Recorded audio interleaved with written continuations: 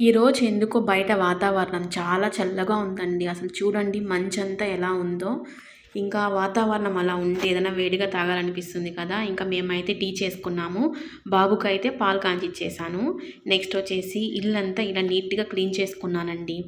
ఇలా ఇల్లంతా నీట్‌గా క్లీన్ చేసుకున్నాక నైట్ పాత్రలుంటాయి కదా!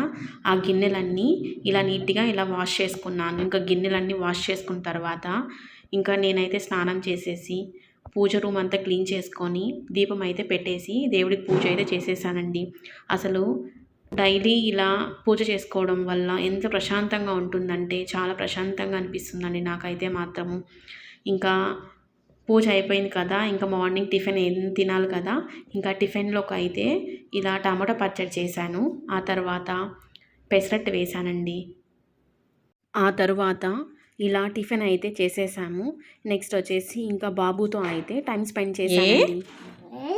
B C D E F ఏ